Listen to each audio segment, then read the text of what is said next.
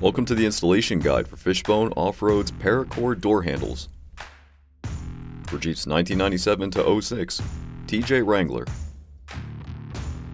Step 1. Open your vehicle's door and locate the inner door handle.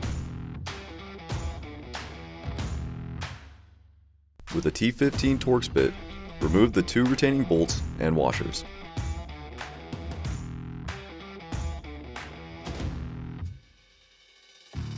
Simply pull the handle out and away to remove it.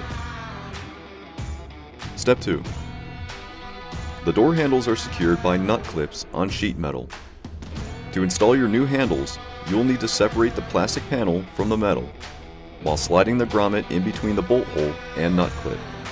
To do this, use a screwdriver or similar to wedge them apart, while avoiding knocking the nut clip off.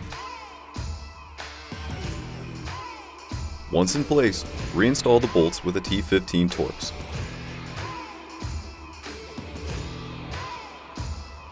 Repeat on the opposite side, and you're done. Enjoy your new Fishbone Off-Road ParaCord door handles.